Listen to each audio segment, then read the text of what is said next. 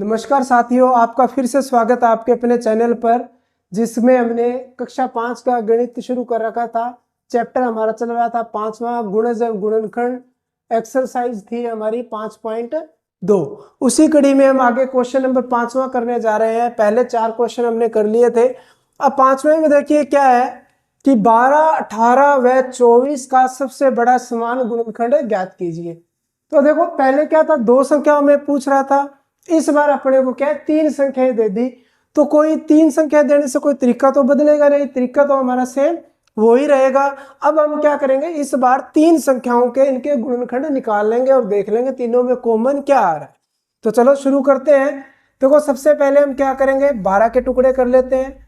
2 के पढ़े पर ये 6 पर, 2 के पढ़े पर ये 3 पर, 3 एकम 3।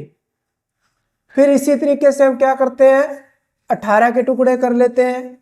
18 के देखो 2 के पढ़े में 9 पर, 3 एकम 3, 3 एकम 3, ये 3 9 पे भाग हो रहा था, 3 एकम 3। अब इसी तरीके से 24 के टुकड़े निकाल लो।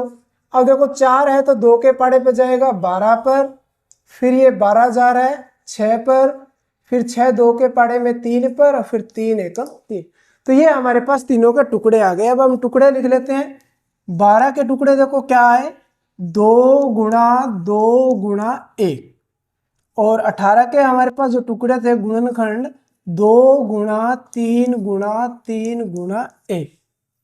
और 24 के जो हमारे पास गुणनखंड थे वो थे 2 गुणा 2 गुणा 2 गुणा 3 गुणा 1।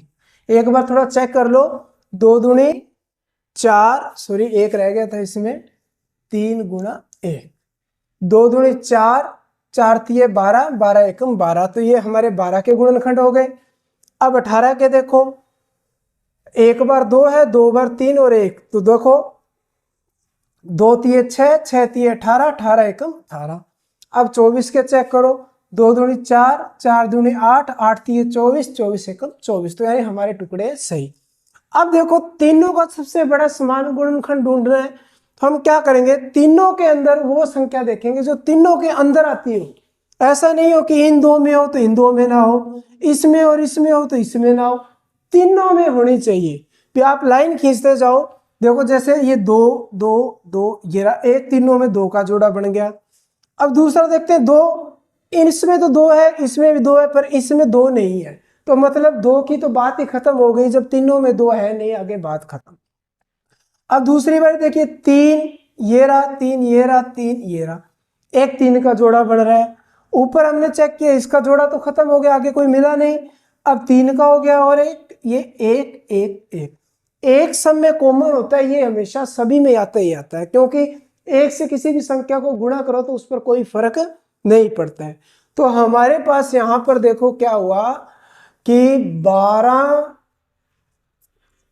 18 व 24 के समान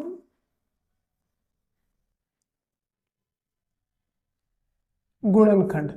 अब 18, 12 व 24 के समान गुणनखंड क्या है, देखो एक तो हमारे पास 2 का जोड़ा बना था, गुणा में एक हमारे पास 3 का जोड़ा बना था तीनों में, और एक 1।